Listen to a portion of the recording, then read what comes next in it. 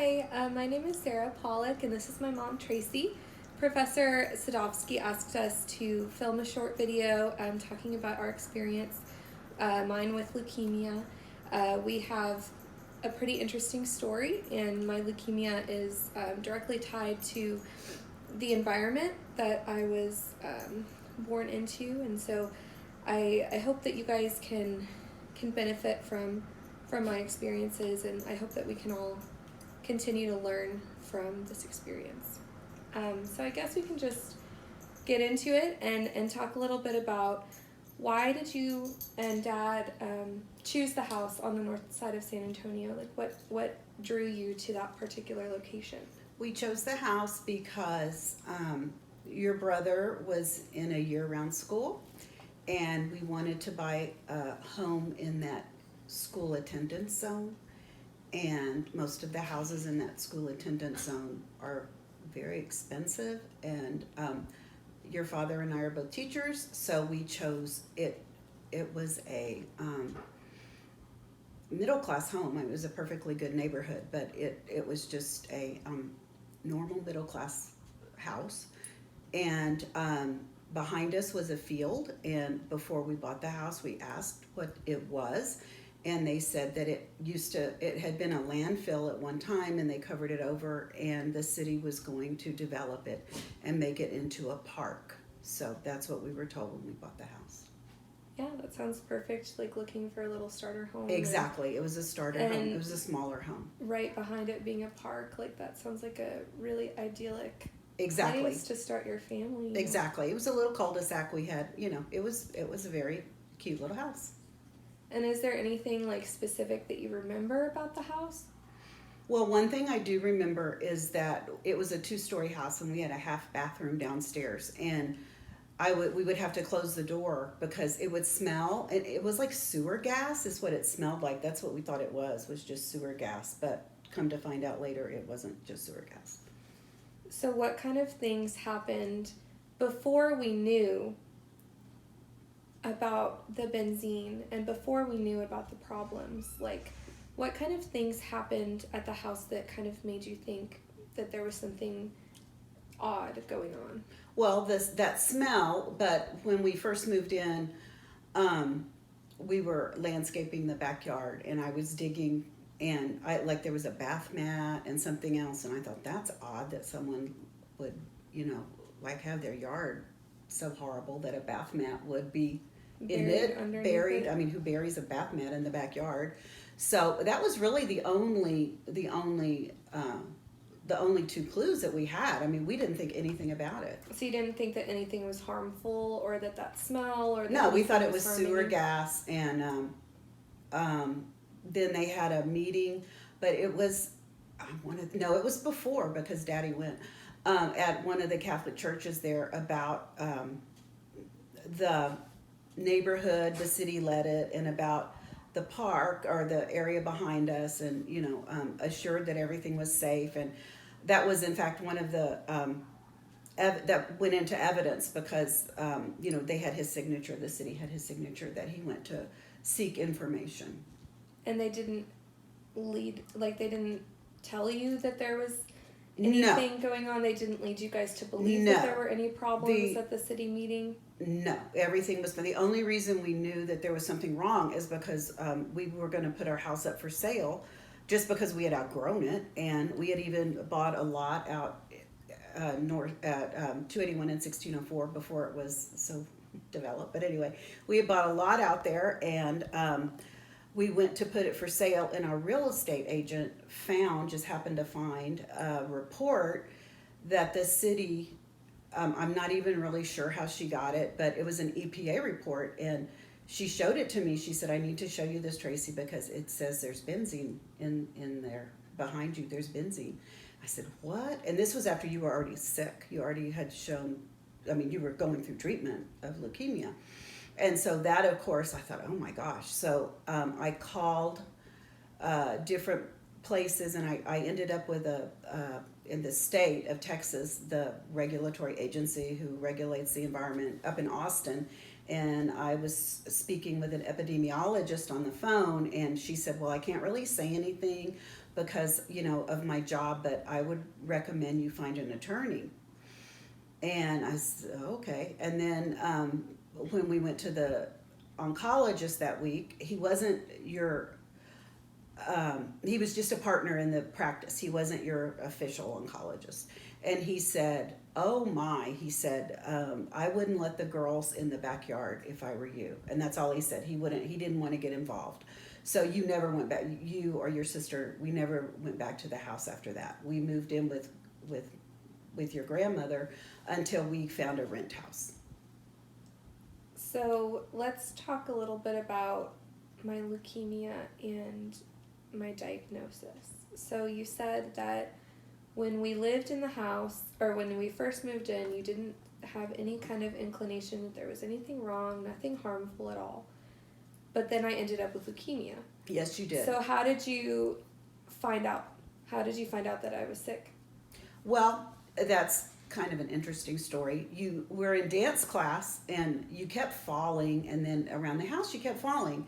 So we went to the emergency room because that just wasn't like you. And you said, my side hurts, Mommy. And how old was I? 3.5. And that just wasn't like you. You just weren't a complainer. And so went to the ER, and they did a CT scan, and they found a kidney issue. And so we were doing the work. We went to a kidney specialist here and doing the workup for that. And that night at the ER, they had taken blood, and it looked a little weird. They said you had some weird red blood cells, but nothing to really worry about, just to repeat it. And so they called your pediatrician, and the next day we were downtown at Santa Rosa for the test that the kidney doctor wanted done on your kidney. And you had to be put to sleep. It was a big process. So we were all day at the hospital. And the pediatrician had the blood test repeated, and overnight the leukemia cells had showed up. So we found the leukemia the exact day it started. So that was a big blessing that we found it that exact day. The oncologist came and then transferred us to Methodist Children's Hospital, where your treatment took place, and also the doctor's office. Wow. And so I had leukemia for how long before you guys found out about the benzene in the backyard? Oh, probably because we put the house up for sale at a point where you were good with, it wasn't a critical time, because you were on treatment for 2.5 years. And so there were intense times, and then your body, you were still on chemo, but your body would kind of bounce back a little bit. And so that's when we wanted to move, was then. We were going to move in with Grandmama until the house was built, right? So it had to be, at least you had leukemia at least a year.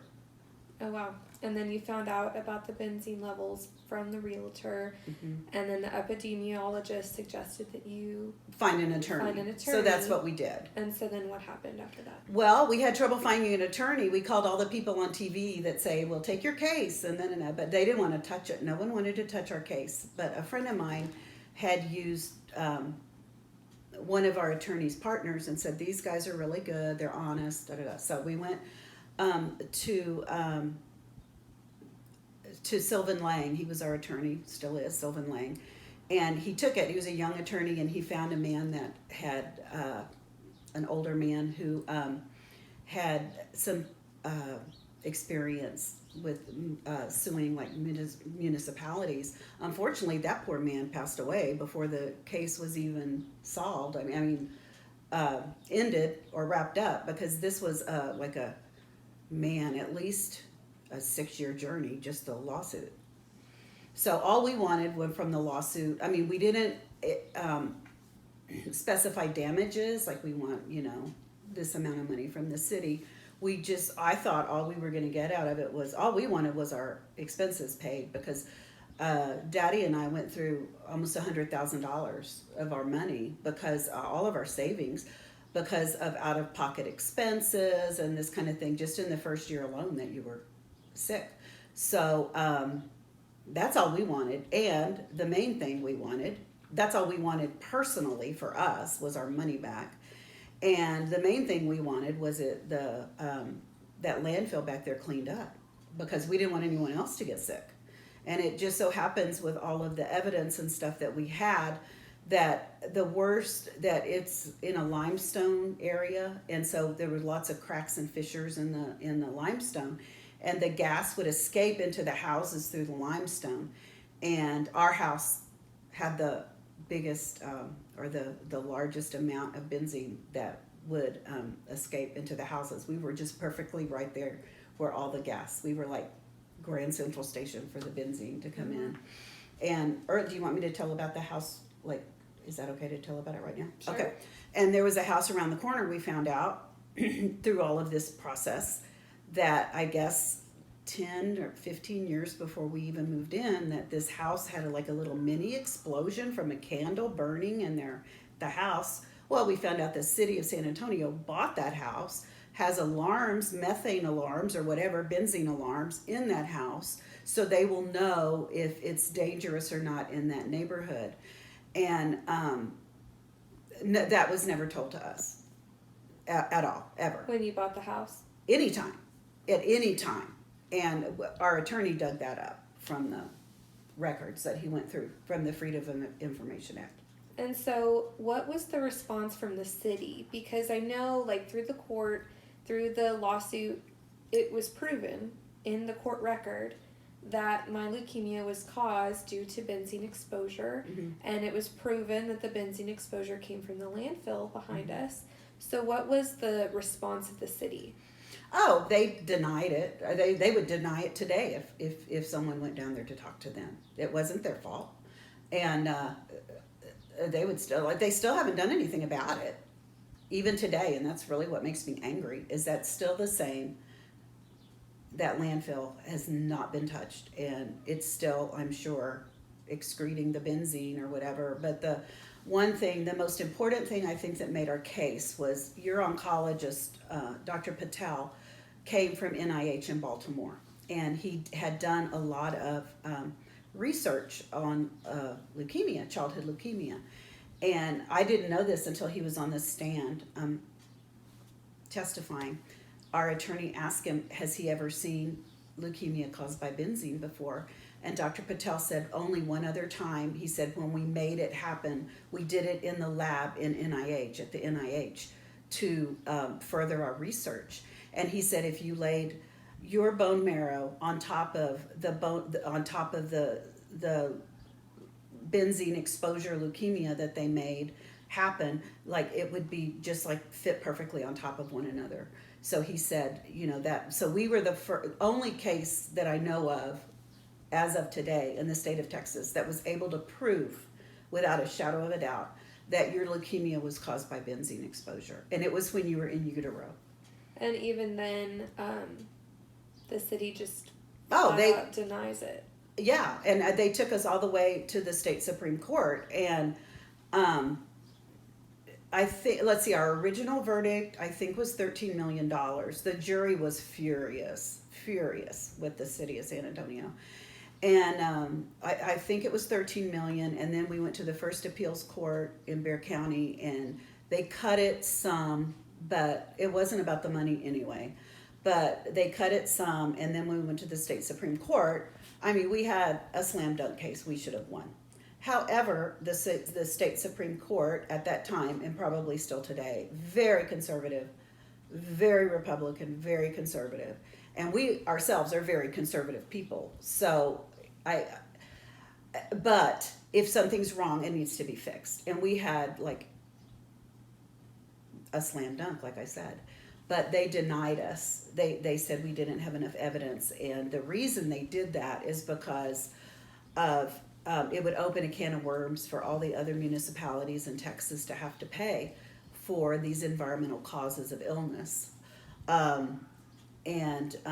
So that's why they had to deny us. But in the meantime, when all of this took like 6 years. So when it was filtering through all these courts, several people had already, that were suing the different cities, it wasn't even San Antonio, used our case as a precedent to win. And so that's why the Supreme Court had to deny us, because it would just been too big of a deal to let us win that case. Although we proved our case and we should have won, the Supreme Court was just too conservative to let us win. And it would have cost them too much money. Too much money. Yeah, the municipalities here in Texas, too much money if someone else could prove their case. Which is very sad, and it upsets me a lot that it still does, that politics is just so crooked, you know, that they're not going to do the right thing, money over people, right? Right. So like my life and my quality of life was not more valuable than the amount of money that they would have to spend to fix it. But all we cared about was that you were okay, and we wanted that landfill taken care of. Of course. So, do you have any specific memories of my hospitalization or of like that time in our lives? Mm-hmm. Well, the main thing that I remember, there's a few things I remember. We were very blessed with our oncology team because they had an office that had like little bedroom suites in it, and so if you would have to have a bone marrow or a spinal, because you had a whole month of spinal taps, because they also have to treat the spine when they treat the leukemia, because the leukemia cells hide in the spine. So you had a whole month of those, and you're very sensitive to the medication, so we knew it was going to be a whole day. And we didn't ever have to go to the hospital for that. Like a lot of programs, you have to go to the hospital for those kind of things. The only time we had to go to the hospital was when you had blood, which was a lot of times, or you were actually sick with, you know, like your blood count was really low. We had to do that several times. But the main part of the treatment was done at the doctor's office. They have their own little lab there and everything. However, over 2.5 years, I think there was 2 weeks that we got to skip going. Like we were there, we lived there practically. There were some days we were there for every day of the week. And your sister was only 18 months old when you got sick, and so you know, I had a sick 4-year-old or 3-year-old, and you know, a 2-year-old that we had to go spend the day at the oncologist office. So it was challenging in that way. Thank goodness we have family here in town that was able to help. But I lost my train of thought. What was I saying? Oh, and so that was really bad, and you know, just to have to go out there. And also, I think everyone can relate to this. Over this past year with the pandemic of COVID, we were quarantined at the house for almost 3 years. I mean, we didn't go anywhere except to the doctor or to your grandmother's house. Like that was it. Like Daddy would get home and I would say, I need to go to HEB real quick. And that was like getting to go to Disney World when I got to go to HEB, right? So I said, but that was for 3 years that we had to do that. So it was quite the experience. And then you also, from the kidney, which they think was also caused by it, you couldn't have surgery until you were 10. So really from the time you were 3.5 until you were in 5th grade, you were in one form or another sick. And so, you know, it was a tough experience, but we got through it. I think the only reason we got through it was because of our faith. And, you know, we knew God was in control of it, and whatever happened, it was going to be okay. And that was hard for me to get to, but I finally got there.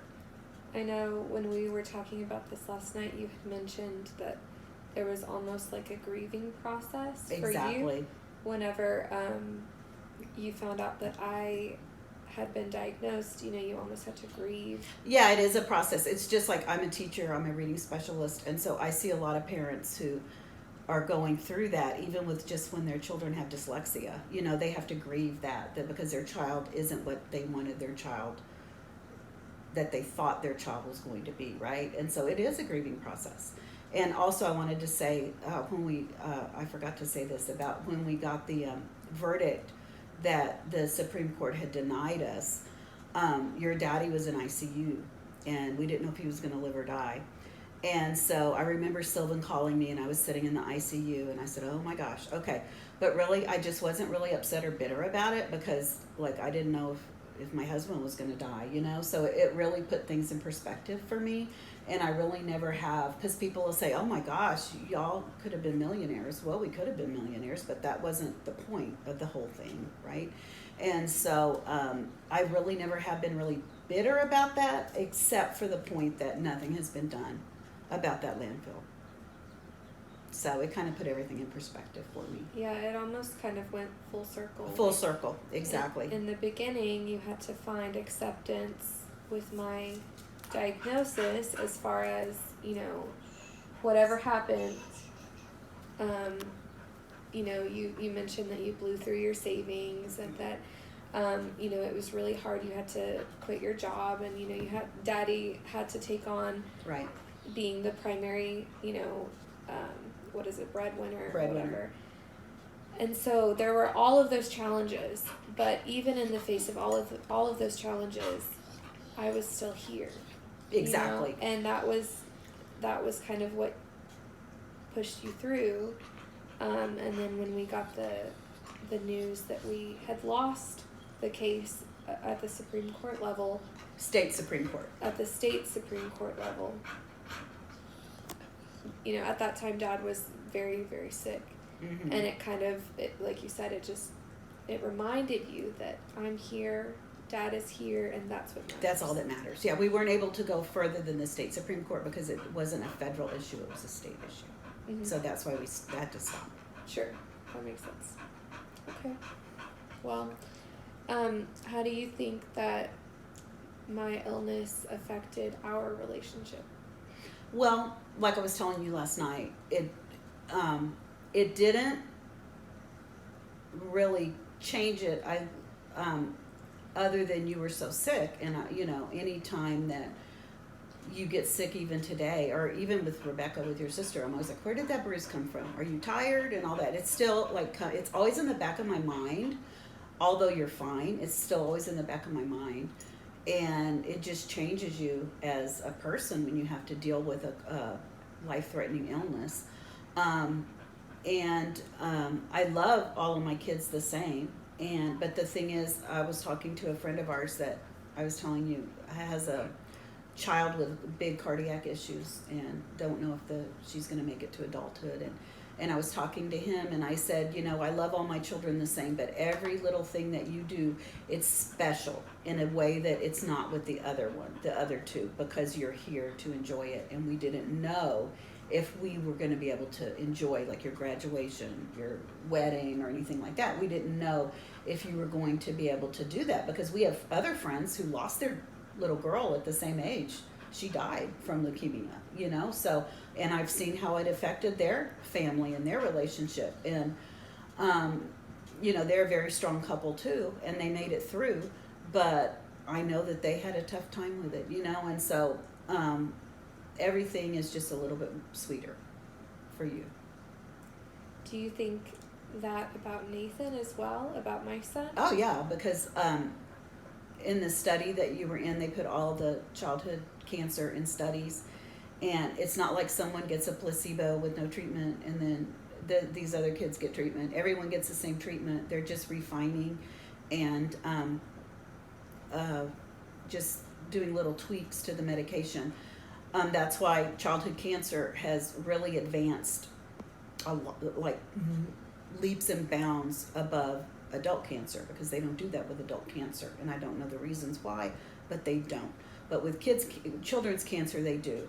And so everyone's in a study, automatically enrolled in a study. And in your study, they were testing, I think they were seeing which steroid you were going to get. It was this steroid or the other. And so both worked, but they just wanted to know which one worked better. Mm-hmm.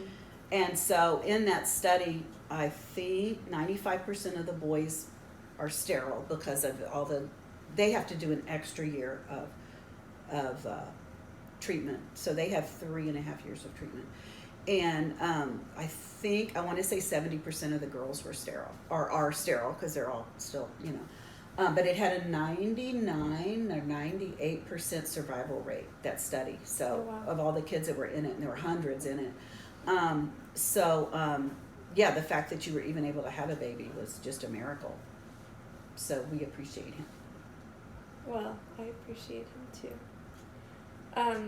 Is there anything else that you want to add? I know that you had mentioned that obviously we didn't get the outcome that we had hoped for.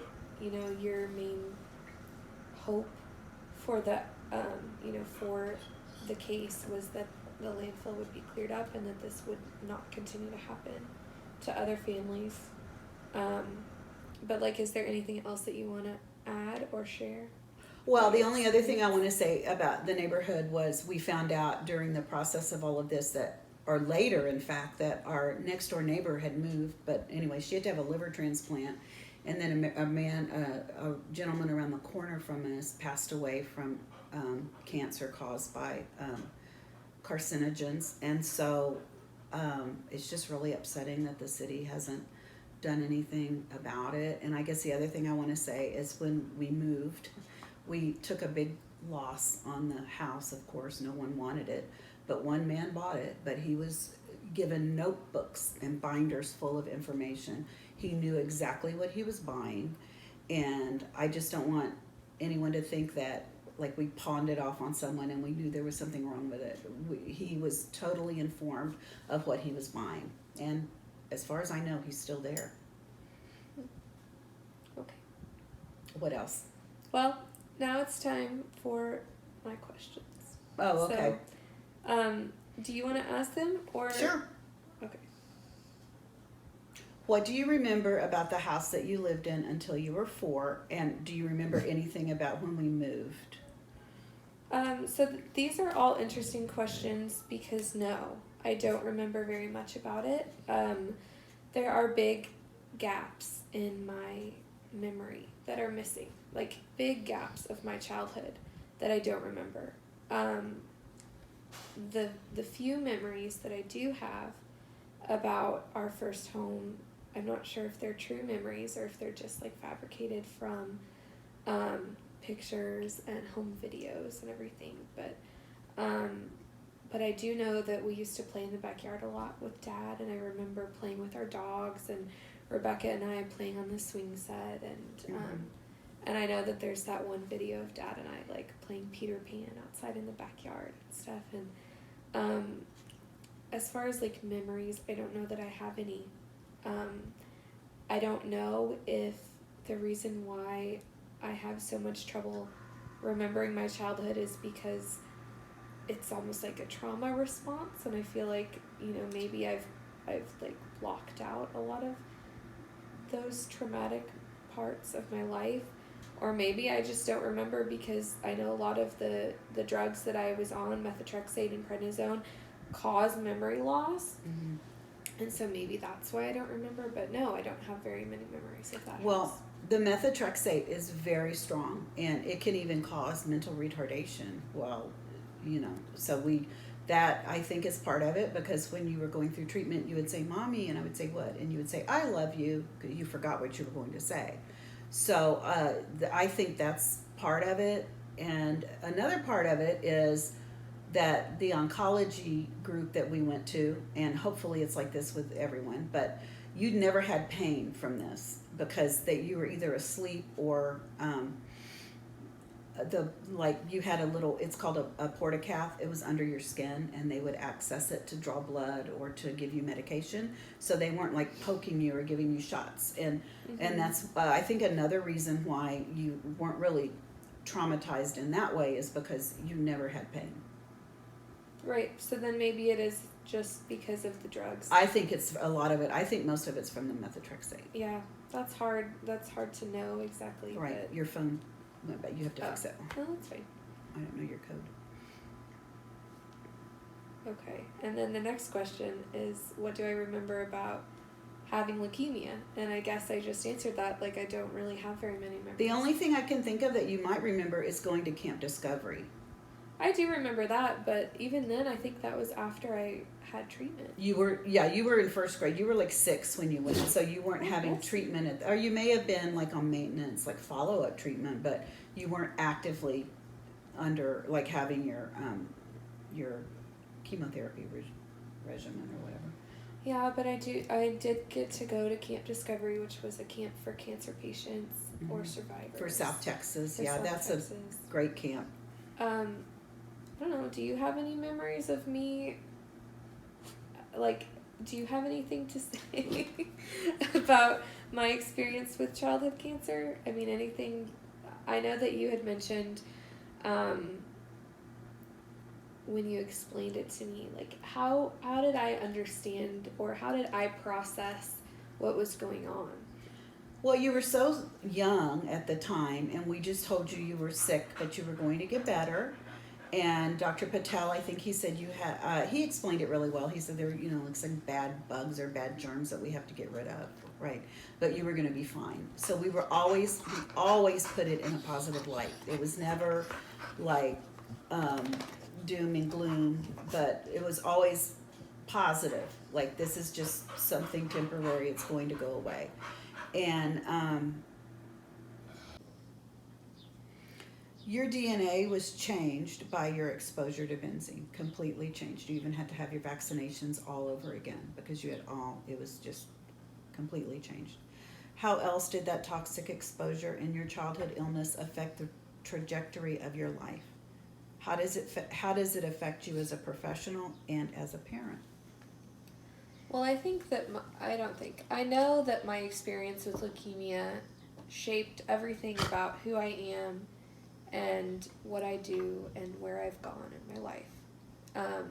Even from like my personality development and who I am just personally, I think that had a lot to do with it.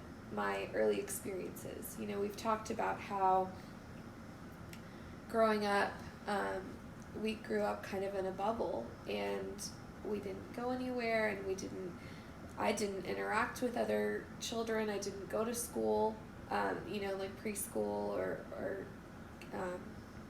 Mother's Day out or I didn't have any other kind of experience with children growing up. The only people in my life were our family and the children at the doctor's office. Mm-hmm. And even now, today, I keep my social circle very small. And I'm not the kind of person who needs to seek out crowds of people and lots of friends and lots of social interaction. Even as an adult, my family is my social circle for the most part. And so of course, personality development is more than just your environment, but I think that had a lot to do with it. Also, my whole life growing up, I thought that I wanted to be a nurse. I thought that I wanted to go into nursing. And a lot of my cancer friends did or are currently nurses. And so I thought that that's what I wanted to do. But then as I got a little bit older, I decided that I wanted to pursue child life, which is kind of similar. It still works in the hospital setting, but specifically with children. So I chose Texas State because Texas State has a child life master's program. So it even shaped my experience with leukemia, even shaped where I chose to go to school. And through that time in my life, I kind of narrowed my scope a little bit, and now currently I work with children with special needs and their families, and my experience has allowed me to relate to those families in ways that other people might not be able to, because I've seen the grief process that families experience with terminal illnesses or life-threatening illnesses or special needs or diagnoses or delays or whatever you want to say. I've experienced that myself. And so it really has given me a focus. It's given my life a focus, and it's given me compassion towards a people group that I wouldn't have had experience with. So my leukemia was something terrible that happened to me, and it's something terrible that happened to our family. And the fact that the city of San Antonio denied everything that happened and still refuses to fix their mess is very disheartening, but it's something that we can all learn from. As far as environmental responsibility, I think we all have a social responsibility to take care of our environment, and also we all have a social responsibility to learn from our mistakes and to correct our mistakes.